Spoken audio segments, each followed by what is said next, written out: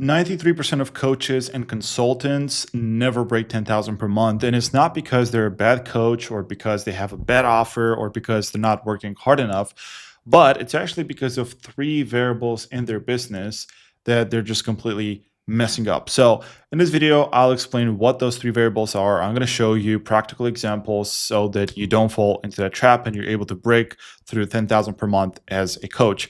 Now, just a quick disclaimer. What I'm about to show in this video doesn't come from theory or like me taking courses or reading books about this. It actually comes from real life experience after having worked with well over 250 coaches and consultants.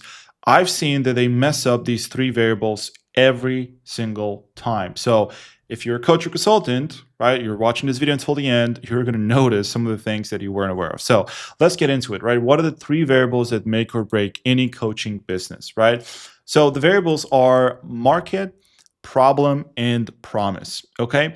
Now, before you click away from this video, be like, oh, I've heard of this before.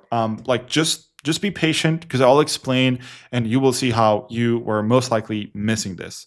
So let's talk about the section one, which is really the most important one because this is the one that's going to have the biggest impact on your business, the market that you're actually going after, right? And how you're defining your ideal client. So the market is basically like, who do you help, right? Like, who do you help? So what you're looking for here, and I'm just going to give you like a very, very simple framework to talk about is to think about the 3S formula, right? So one specific market, you're solving one specific problem and you're doing that in one specific way. So once again, when you're thinking about your offer and really your business and what you do, how you help clients, you need to think in terms of the 3S formula, which once again is you solve one specific problem for one specific person in one specific way. Now, I want to give credit to Cole Gordon because I learned this way of thinking about offers from Cole Gordon, right? But the point is, right, we're talking about the market right now. So we're specifically referring to that one specific person, that one specific market that you're really going after, right? And this is where I see coaches being completely wrong because I'm going to tell you why, right? Because they're like basically they're so vague, they're so is so general that is not really going to attract anyone. So the way you need to think about the market that you're going after, right? The market that you're targeting is like a sniper versus like a shotgun. You want to be the sniper, right? But like what does a shotgun do? Like to give you this analogy, right? Well, a shotgun, which in this case would basically be something like I help entrepreneurs, but a shotgun, what it does is like it shoots, like it just really kind of right throws spaghetti at the wall, and if a bullet is going to hit, then it's going to hit. That's amazing, right? But if it doesn't, it doesn't, right? So it's kind of like just spraying and praying that something is going to stick from what you're saying. And what this looks like in real life offers is like, okay, you're trying to target as many people as possible that you can help because you as a coach, you're probably thinking, well, look, I'm really good at solving this problem, but I can help a bunch of different people. So let me just like make the message for a bunch of different people, right? Because I want to help all of them. But that doesn't work because people are looking for specificity. They want to make sure that something, if they see something online, it's the right thing for them personally, right? They just want to make sure, and that specificity creates the trust and them like believing that it can actually help them, right? And so this is like a shotgun, right? Which is bad, right? It's kind of like when you're, let's say you have 3 different avatars or 4 different avatars or 2 different avatars, whatever. If you're going after more than one avatar, then your message is not really going to resonate. It's not going to be as specific as it needs to be. So that's the example of the shotgun, which is bad. Blurry messaging, generic offers, right? People are going to try to shop around for the cheapest price and all that kind of stuff. But the approach that you do want to have is kind of like a sniper. So to give you these 2 examples, right? Like obviously it's one specific person. It's like you're going after the bullseye every single time. You have a very precise messaging. You're even able to charge more, right? There's a difference between a sniper and a shotgun. And I'm going to give you the same example. So this could be the same coach, literally, who has the same client. So a shotgun would be kind of like I help entrepreneurs, right? Because if you're a coach, right, for example, and you work with entrepreneurs and you're like, well, look, I mean, I can help entrepreneurs, right? Like I can help them regardless of what type of business they run. Well, like that's not going to work, right? Because entrepreneurs is way too broad. like a restaurant owner might see your ad and they might think like, well, I don't know if this is going to work for me. What if he's talking about an online business, right? And I'm a restaurant owner. Like people think like that. And so this is like a shotgun approach. But the sniper, for example, like getting a lot more specific could be Series A founders in SaaS. Like you see how specific this is versus entrepreneurs. And once again, this might be like the same offer, but it's just about like how specific you are when you're talking about your ideal client. And here's the thing, because I've talked to a lot of coaches and like they want to target like three different markets at the same time. They kind of like have like three different avatars, two different avatars or whatever. If you still want to go after all those avatars at the same time, that is fine. But I would suggest you to create one offer for each, like literally the same offer, but just change like the market basically. So hey, Series A founders in SaaS, I'm going to help you do XYZ. Restaurant owners, I'm going to help you do the same XYZ. Right? This, I'm going to help you do the same XYZ. And you would basically have three different funnels, just going with this example, with three different offers. But the front end has to be specific. Okay. So even if you want to go after multiple different avatars, that's okay. But you need to have one funnel and one offer per each avatar. It's super important. So be a sniper, don't be a shotgun, right? And this is right. This is the upstream problem that we're just talking about the market, because the market that you're going after and how you're articulating that market is the most important lever in your business, right? It's basically is going to impact every other variable of your business.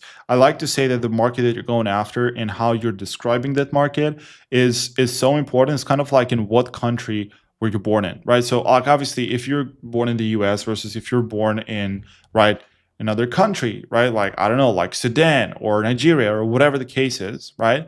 Not trying to like talk bad about those countries, but if you're born and raised in the US versus born and raised in like Nigeria, your life is going to be different because of the circumstances, right? Because of like the environment that you lived in. And it's the same with the market. Like everything else is going to be different in your business based on the market that you're really going after. But the point is, you gotta be very careful about the decision that you make on how, like, what market to pick and how you're articulating about that market.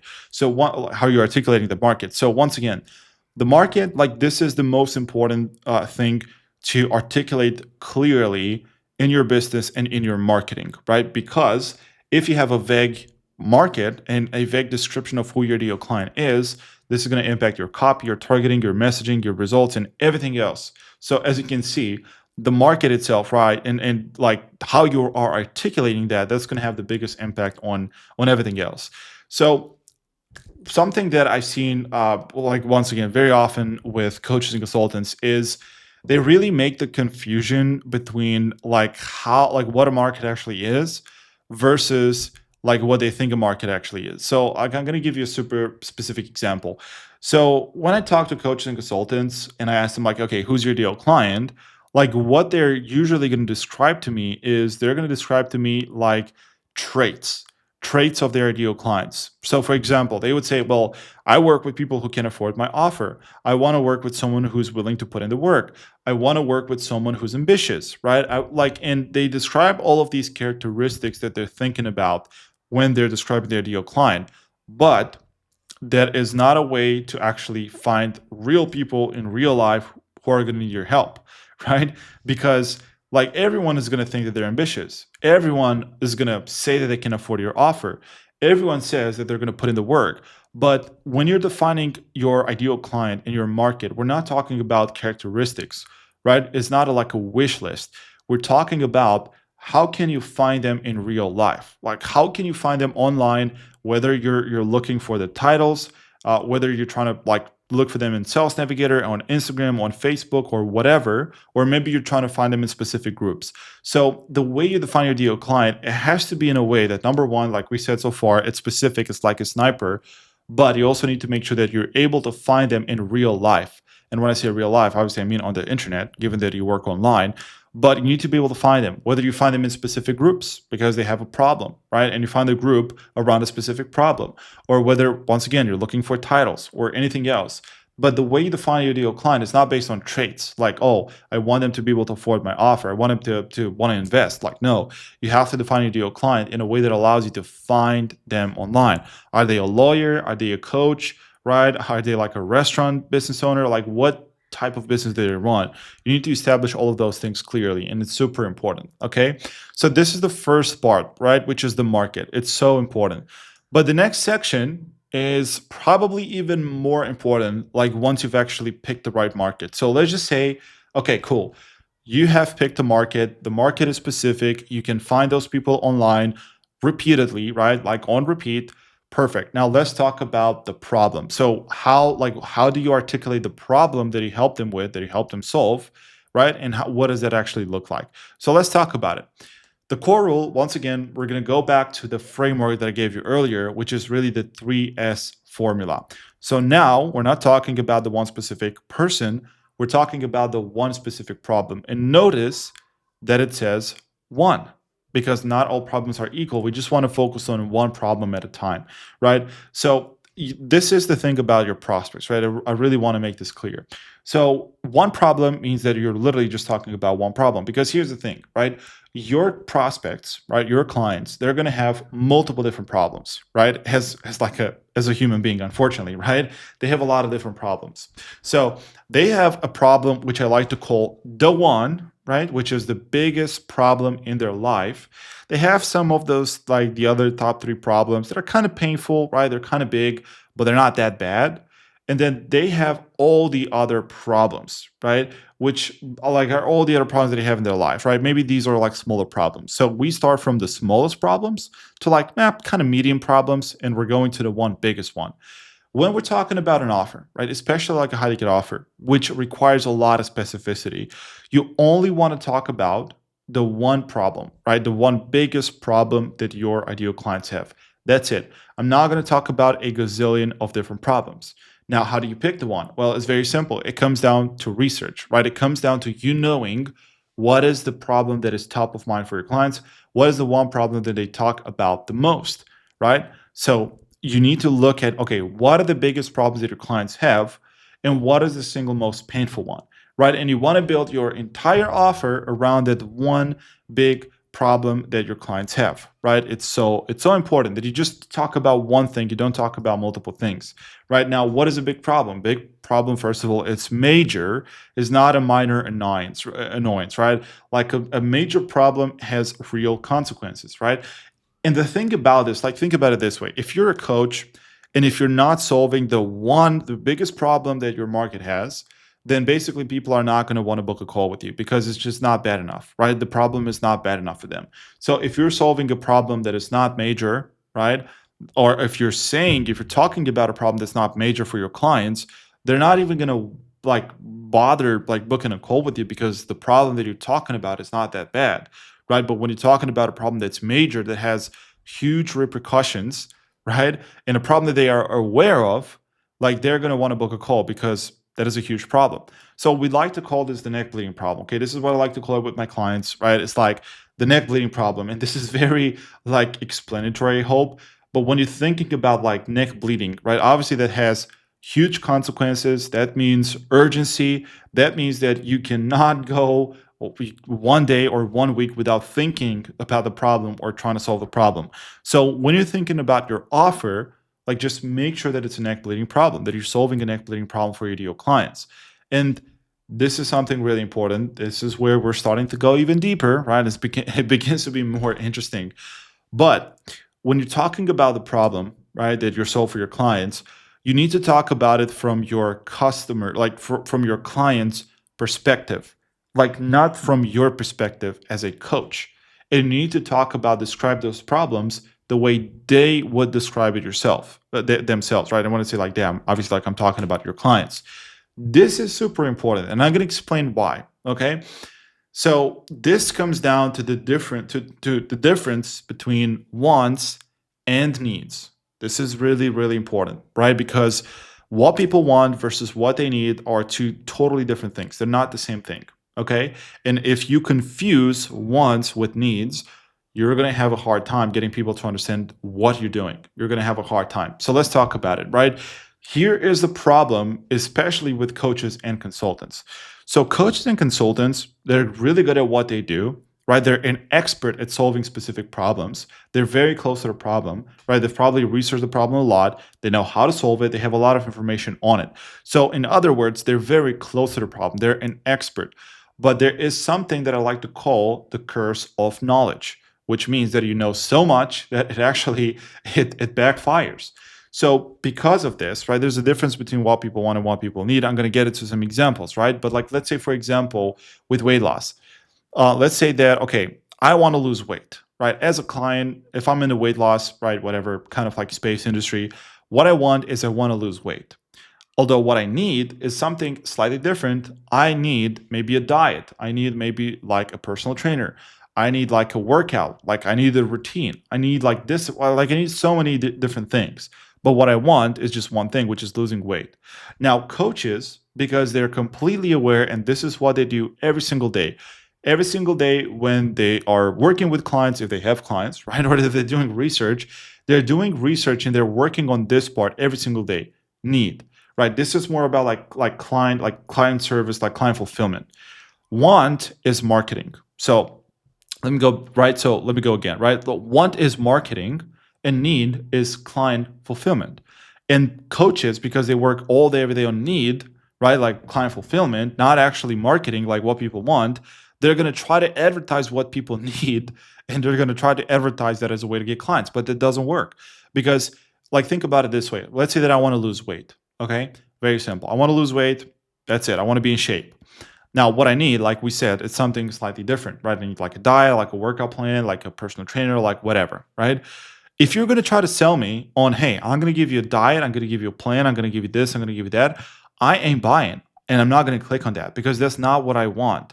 Like you need to sell me on what I want and actually give me what they need, right? So what they want is what they say out loud. Is like what they consciously feel, right? What keeps them up at night, what they're Googling at 2 a.m., right? The words that they use and the visible symptom, right? So it's kind of like surface level in a way, right? It's the symptom. And once again, what they need is what you see. So need is like what you see, want is what they see. But here's the thing, you can only talk about what they want and what they're aware of. So like I'm going to give you another example, right? Like let's say coaches and consultants want to get more clients. What do they want in their own words based on what they say? They say that they want to get more clients, right? They want to get their offer in front of the right people. Well, great. That's what they want. What do they actually need? Well, they need a lot of things, right? The offer isn't dialed in. They need to understand systems thinking. They need to have like a principle-based lead gen system. They need to have the right positioning. But I'm never going to try to sell on these things because this is not what they want. And this is not what they are aware of. They're not aware that they need all of those things. So therefore, it's just going to fall flat, right? It's going to fall on deaf ears. They want more clients. So this is what I have to sell them on, right? Now, let me show you like an analogy for this because it's so important, right? It's kind of like an iceberg. So your clients are only seeing the tip of the iceberg, which is really what they want. This is the only thing that they're actually aware of is what they want. It's so important. However, you as a coach, you know what's underneath that. You know what they actually need, right? Which is the root cause of their problem, which is invisible to them. Because think about it this way. If they were already aware of the problem and what they actually need, right? Not just what they want, but what they actually need, they would have most likely solved the problem themselves anyway, right before that. So it's really important for you to understand, like this is your client's perspective, this is your perspective. You cannot sell them this perspective because your clients just don't see it, right? They only see the tip of the iceberg. So only talk about this. So in other words, is sell what they want, deliver what they need. And once again, this is a big deal because coaches make this mistake a lot because they're good at what they do. They're experts, right? And so they're going to spend a lot of time talking about what people need, but this is not what people are going to buy. So before they sign up with you for your program, you got to sell them what they want. And once they've actually signed up for your program, they've paid you money, you need to give them what they need. It's so important. So that pretty much summarizes it. And obviously the third section, right, when it comes to an offer is the promise itself. So how do you articulate the whole promise? Which is really the promise is solving the main problem that they have, the neck bleeding problem, right? So if their neck bleeding problem is they want to lose weight, your promise is, guess what? I'm going to help you lose weight. And that's something that you can quantify. And that's something that like we can spend 2 hours talking about the promise itself. So I'm going to make another video talking about the promise itself, right? Just like explaining it. But just so you know, this is the third component that's going to have the biggest impact in your business. So let's do a recap, right? So the market that you're going after and how you are describing that market, how specific it is, and how much of a sniper you are when you're defining your ideal market. That's super important. And then we have the second component, which is the problem. How do you describe the problem? How do you articulate the problem, right? And what does that actually look like for your clients? Do you describe it from their perspective or your perspective? Do you talk about what they want, or do you talk about what they need? So all of these things, right? If you're going to understand them, this is going to help you like way more, because these are the most important things. You can spend like whatever, like 3 weeks working on a website, 4 weeks working on your branding and whatever else you're going to work on, but unless you get these things right and dialed in, once again, you're always going to struggle, because if you don't have a market, it's going to impact everything else in your business. If you're not talking about the biggest problem that your clients have, once again, you're going to have a really hard time. So that's pretty much it. Now, look, if this video was actually valuable, if you got something out of it, smash the like button for me, right? And subscribe to the channel, because I'm going to be posting more videos just like this one, right? So YouTube is going to show you more videos like this one. And if you're a coach, consultant, or agency owner, you don't want to be dealing with all of these like issues right here that you have to get right, all of these variables that you have to get right at once, and you just want someone to help you, I have a link in the description. You can book a call. We can talk about it and we can take it from there. That's it for this video.